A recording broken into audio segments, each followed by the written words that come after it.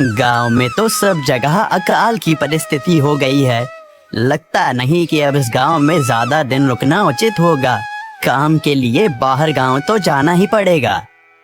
भूषण काम की तलाश में दूसरे गांव की ओर निकल पड़ता है। चलते चलते वह विजयपुर गांव में आ जाता है। वहां उसका रहने का कोई ठिकाना नहीं था और उसके पास कोई काम भी नहीं था। चलते चलते वह एक अमीर किसान जगत सेठ के पास आ पहुंचता है। सेठ जी, मैं भूषण दूसरे गांव से आया हूँ। हमारे गांव में अकाल की परिस्थिति हो गई है। लोगों के खेत सूखे पड़े हैं। गांव में बूंद बूंद पानी के लिए लोग तरस रहे हैं।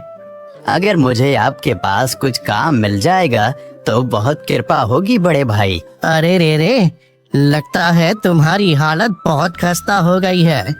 ठीक है, वैसे मेरे पास एक काम तो है, पर लगता नहीं कि तुम वो कर पाओगे। सेठ जी, आप चिंता ना करें, मुझे आप कोई भी काम दे सकते हैं। मैं वो काम पूरी मेहनत और ईमानदारी से करूँगा। अच्छा ठीक है भूषण, तो कान खोल कर सुन लो। मेरे पास 50 गायें और 50 भैंसे हैं। तुम्हें हर रोज उन जानवरों का गोबर निकालना होगा और रोज सुबह शाम उन्हें चारा पानी देना होगा। महीने के आखिर में तुम्हें इस काम के लिए 200 रुपए मिलेंगे। और हाँ, 2 वक्त का खाना भी हमारी तरफ से मुफ्त दिया जाएगा। बोलो, क्या तुम ये काम कर पाओगे? अरे बाप रे, 50 गाय और भैंसों को संभालना आसान काम नहीं है, पर अब मैं कुछ कर भी तो नहीं सकता। और ऊपर से सेठ जी 2 वक्त का खाना भी दे रहे हैं। ठीक है सेठ जी, मैं ये काम कर लूंगा, पर एक विनती है।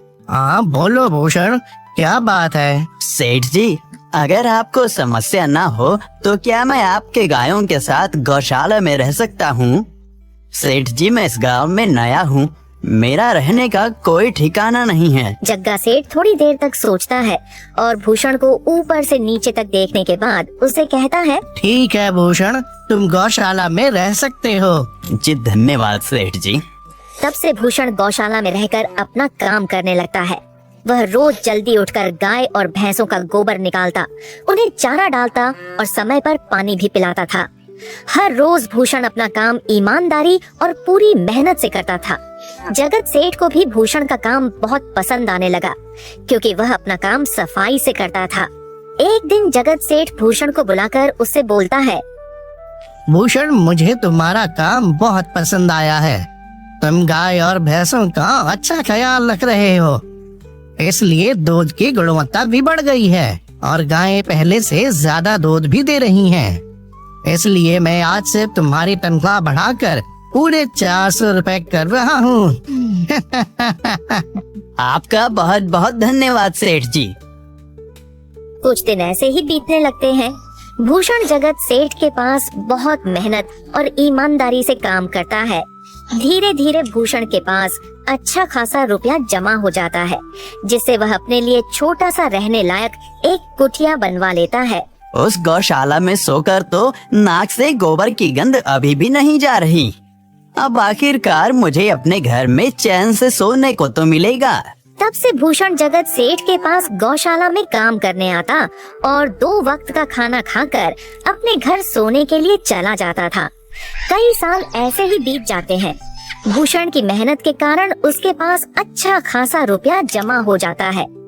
एक दिन भूषण जगत सेठ से बोलता है, सेठ जी, आजकल गांव में चोरी की समस्या बहुत बढ़ गई है और मेरे पास कुछ रुपए भी जमा हैं जो मैंने अपने घर में रखे हुए हैं, पर मुझे उन पैसों की चोरी की चिंता हो रही है। आपको तो पता है कि मैं दिन भर आपके पास ही काम करता हूँ और सिर्फ रात में ही घर सोने जाता हूँ, इसलिए मुझे रोज उन पैसों की चोरी की चिंता सताती है। हाँ भूषण, तुम बात तो बिल्कुल सही कह रहे हो।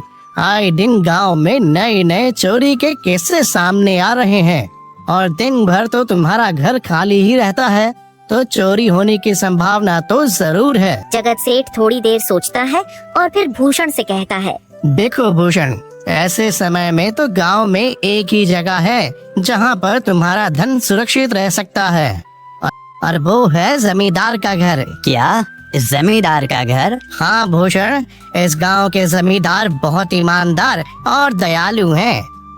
ऐसा मैंने कुछ लोगों से सुना है और उनके घर पर बहुत सारे पहरेदार भी हैं, तो चोरी होने की संभावना बहुत कम है। तुम अपने पैसे उनके पास रख सकते हो। अच्छा, ऐसा है क्या सेठ जी? ठीक है, फिर आज ही मैं जमींदार जी से मिलकर बात करता हूँ और उन्हें अपनी समस्या बताता हूँ। उस दिन भूषण जमींदार जी के घर उनसे बात करने जाता है। ए तुम रुको, कहाँ अंदर आए जा रहे हो? वहीं रुक जाओ। जी, मुझे जमींदार जी से मिलना है। मुझे उनसे कुछ काम है। क्या काम है तुमको उनसे? मुझे जरा बताओ। जी, मुझे कुछ पैसे रखवाने थे उनके पास, यही काम के लिए आया था मैं। अच्छा ठीक है, तुम अंदर जा सकते हो। नमस्ते जमींदार जी, मैं भूषण जगत सेठ के यहाँ काम करता हूँ। कुछ साल पहले ही मैं दूसरे गांव से यहाँ आया हूँ। अच्छा भूषण, बोलो तुम्हारा क्या काम है मेरे पास? जमींदार जी, मैं सालों से जगत सेठ के पास काम कर रहा हूँ और मैंने कुछ रुपए भी जमा कर लिए हैं। पर बात यह है कि गांव में चोरी की समस्या बहुत बढ़ गई है, तो मुझे अपने रुपए घर में रखने से डर लग रहा है। अच्छा, कितने रुपए जमा किए हैं तुमने? जमींदार जी, यही कोई 5 से 6 हजार रुपए होंगे मेरे पास। वाह, ये तो बड़ी रकम है। मैंने आपकी ईमानदारी के बारे में लोगों से बहुत सुना है, इसलिए मैं अपनी रकम आपके पास कुछ वक्त के लिए रखने आया हूँ। हाँ भूषण, तुमने बिल्कुल सही सुना है। तुम्हारी रकम मेरे पास पूरी तरह से सुरक्षित रहेगी। तुम अब चिंता ही छोड़ दो, मैं सब देख लूँगा। भूषण अपने पैसों की थैली जमींदार को दे देता है। ये पूरे 5,800 रुपए हैं, आप गिन कर देख लीजिए। गिनने की क्या जरूरत है? तुम तो जगत सेठ के आदमी हो, मुझे तुम पर पूरा विश्वास है। जमींदार जी, आपका बहुत बहुत धन्यवाद। अब मुझे चोरों का कोई डर नहीं है, क्योंकि मेरे पैसे सुरक्षित हाथों में हैं। अरे भूषण, कोई बात नहीं, धन्यवाद तो मुझे बोलना चाहिए, जो तुम मेरे पास आए अपने रुपए रखने के लिए। भूषण अपने पैसे जमींदार को देकर अपने घर चला जाता है। हाँ भूषण, तुम्हारे पैसे मेरे हाथों में ही अच्छे लगते हैं। ऐसे ही भूषण ईमानदारी और मेहनत से जगत सेठ के यहाँ काम कर रहा था। देखते ही देखते 2 साल ऐसे ही बीत जाते हैं। एक दिन भूषण सोचता है, अब बहुत साल हो गए जगत सेठ के यहाँ काम करते हुए। वैसे सेठ जी तो बहुत अच्छे इंसान हैं, पर सोच रहा हूँ कि खुद की जमीन लेकर उस पर मेहनत करूँ, तभी मैं बड़ा आदमी बन सकता हूँ। अब जो मेरे पास थोड़े कुछ पैसे हैं और जो जमींदार के पास कुछ पैसे संभालने के लिए दिए हैं, वो जमा करके थोड़ी जमीन खरीद लूंगा। आज इस जमींदार से मिलने जाता हूँ और अपने रुपए मांगता हूँ। ये सोचकर भूषण जमींदार जी के घर चला जाता है। जमींदार जी, मैं अपने रुपए वापस लेने आया हूँ। आपके पास मैंने 5,800 रुपए दिए थे संभालने के लिए। अरे भाई साहब, मैंने पहचाना नहीं आपको, वैसे कौन हो आप? अरे जमींदार जी, मैं भूषण हूँ। पिछले साल मैंने आपको पैसे संभालने के लिए दिए थे, याद आया कुछ? अरे भाई साहब, मेरे पास कितने सारे लोग आते जाते हैं पैसे रखने के लिए, और सभी के साथ मेरा अच्छा व्यवहार होता है। वैसे आपके पास कोई कागजात हैं क्या? क्योंकि मैं हर व्यक्ति से कागज पर ही व्यवहार करता हूँ। किसने कितने पैसे दिए, किसके कितने पैसे रखे हैं, सबका व्यवहार रहता है मेरे पास। जमींदार जी, ये आप क्या बात कर रहे हैं? आपकी ईमानदारी देखकर ही मैंने आपको पैसे दिए थे संभालने के लिए, और आप अब ऐसी बातें कर रहे हैं। कृपया करके मेरे पैसे मुझे वापस कीजिए। हाँ भूषण, मैं ईमानदारी से ही काम करता हूँ, इसलिए तो तुमसे मैं डॉक्यूमेंट्स मांग रहा हूँ। क्या तुम्हें पता नहीं, जब तुम किसी से पैसों का व्यवहार करते हो तो तुम्हें स्टाम्प पेपर पर लिख कर देना पड़ता है। तुम किसी से भी पूछ सकते हो। नहीं जमींदार जी, मैं आपके पैर पड़ता हूँ, कृपया करके मेरे रुपए मुझे दे दीजिए। बड़ी मेहनत से मैंने वो पैसे जमा किए थे, मुझ पर ऐसा अन्याय ना करें। अरे क्या ये झूठ मूठ का रोना धोना लगाया है? लगता है तुम ढोंगी हो और मेरी ईमानदारी और भोलेपन का फायदा उठाकर मुझसे ये रुपए लेने आए हो। रुक, तुझे अभी सबक सिखाता हूँ।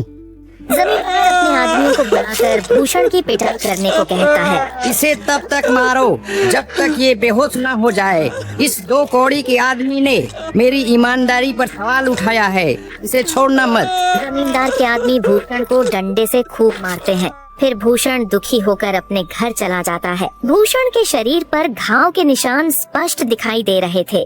2 दिन से भूषण घाव के दर्द के कारण जगत सेठ के घर काम के लिए नहीं जा पाता है। इसलिए अगले दिन जगत सेठ भूषण के पास आ जाते हैं। वह देखते हैं कि भूषण खाट पर सो रहा है और वह बड़ा ही चिंता में नजर आ रहा है। भूषण भाई, तुम 2 दिन काम पर नहीं आए, क्या हुआ भाई? तबीयत ठीक है ना तुम्हारी? कुछ समस्या है क्या? अरे सेठ जी, आप खुद यहाँ आए हो। आप खबर भिजवाते तो मैं खुद चला आता। अरे भूषण, कोई बात नहीं, तुम्हें देखकर लगता है तुम बीमार हो। क्या हुआ है तुम्हें? जगत सेठ, क्या बताऊं, जिस जमींदार के पास पिछले साल मैंने अपने पैसे संभालने को दिए थे, वो आज मुझे पैसे वापस नहीं करना चाहता। वो बहुत लालची इंसान है, वो लोगों को ठग रहा है। और जब मैंने बाद में गिड़गिड़ाना शुरू किया तो उसने डंडे से मार मार कर मेरी पिटाई करवा दी और मुझे वहाँ से धक्के मार कर निकाल दिया। अरे बाप रे, ये तो बड़ा ही गंभीर विषय है। मैंने तो जमींदार के बारे में अच्छा ही सुना था, पर मुझे भी नहीं पता था कि वो इंसान इतना गिरा हुआ है। तभी मैं सोचूं, हर साल उसकी संपत्ति इतनी ज्यादा कैसे बढ़ रही है। मुझे माफ कर दो भूषण, मैंने ही तुम्हें जमींदार के पास जाने को बोला था। गलती तो मेरी भी है। नहीं जगत सेठ, आप तो मेरा अच्छा ही सोच रहे थे। ये तो उस जमींदार का लालच है। अब लगता नहीं मेरे पैसे उस जमींदार से वापस मिलेंगे भी। भूषण, मेरे पास एक तरकीब है जिससे मैं तुम्हारे पैसे तुम्हें वापस दिला सकता हूँ। जगत सेठ भूषण के कान में सारी तरकीब बताता है। ठीक है सेठ जी, हे ऊपर वाले, ये तरकीब कामयाब होने दीजिए। अगले दिन जगत सेठ बहुत सारे पैसों को एक सूटकेस में भरकर खुद जमींदार के घर जाता है। अरे जगत सेठ, आज आप खुद यहाँ? बोलो भाई, इस गरीब के घर कैसे आना हुआ? हमारा तो ये सौभाग्य है कि आप जैसे धनी आदमी के चरण हमारे घर में लगे हैं। नमस्ते जमींदार जी। अरे जमींदार जी, आप तो मुझे अब लज्जित कर रहे हैं। वैसे मैं कुछ महीनों के लिए दूसरे राज्य में व्यापार करने जा रहा हूँ। मैं ये लगभग 50,000 रुपए लाया हूँ। मुझे डर है कि कहीं ये चोरी ना हो जाए। क्या आप मेरे सारे पैसे अपने पास संभाल कर रख सकते हैं? आपके सिवाय इस गांव में और किसी पर भरोसा नहीं कर सकता। अरे जगत सेठ, ये भी कोई पूछने की बात है? मेरे पास आपके पैसे बिल्कुल सुरक्षित रहेंगे। आप निश्चित होकर व्यापार करने जा सकते हैं। इस बार तो बड़ी मछली हाथ लगी है। बार बार ऐसा मौका नहीं मिलता। भारी माल हाथ में लगने वाला है। तभी वहाँ पर भूषण आ जाता है। अरे भूषण, तुम? अच्छा हुआ तुम आ गए। मैं तुम्हारे पास ही आने वाला था। मुझे माफ करना, उस दिन तुम्हें पहचान नहीं पाया। इतने सारे लोग मेरे पास आते हैं तो जरा परेशानी होती है, पर मैं अपनी बातों का बड़ा पक्का हूँ। हाँ रुको, मैं तुम्हारे सारे पैसे अभी देता हूँ। जमींदार भूषण के सारे पैसे उसे लौटा देता है। माफ करना भूषण, मेरे आदमियों ने तुम्हारे साथ उस दिन बदतमीजी की। मैं आज ही उनको काम से निकालता हूँ। भूषण बिना कुछ बोले वहाँ से चला जाता है। अरे क्या बात है जमींदार जी, आप तो अपने बातों के बहुत पक्के हैं। तो ठीक है, मैं अपने सारे पैसे आपके पास रख सकता हूँ। जगत सेठ इतना बोल ही रहा था कि तभी वहाँ जगत सेठ का नौकर आ जाता है। मालिक, अब आपको बाहर के राज्य में जाने की कोई जरूरत नहीं है। अभी अभी व्यापारियों का संदेश आया है और उसने कहा कि वो खुद हमारे गांव आ रहे हैं। अरे ये तो बहुत बढ़िया बात हुई। अब मुझे इतनी दूर नहीं जाना पड़ेगा। सुन रहे हो जमींदार जी, व्यापारी यहाँ आ रहे हैं। अब मुझे नहीं लगता कि ये पैसे आपके पास रखने का कोई मतलब होगा। चलो, आपका बहुत बहुत धन्यवाद, आपने इतनी ईमानदारी दिखाई मुझे। हाँ, और अगली बार जरूर आपके पास ही आऊंगा। ऐसा बोलकर जगत सेठ और उसका नौकर वहाँ से अपने पैसे लेकर चले जाते हैं। धत तेरी की, ये क्या हो गया? ये 50,000 तो चले गए और जो भूषण के 5,800 रुपए हड़प लिए थे वो भी चले गए। आपका बहुत बहुत धन्यवाद सेठ जी। अगर आज आप ना होते तो मेरी सारी जमा पूंजी वो जमींदार हड़प लेता। भूषण, कोई बात नहीं। जो व्यक्ति मेहनत और ईमानदारी से कमाता है, ऊपर वाले उसका कभी बुरा नहीं होने देते, और जो हराम की कमाई का खाता है उसका कभी अच्छा नहीं होने देते।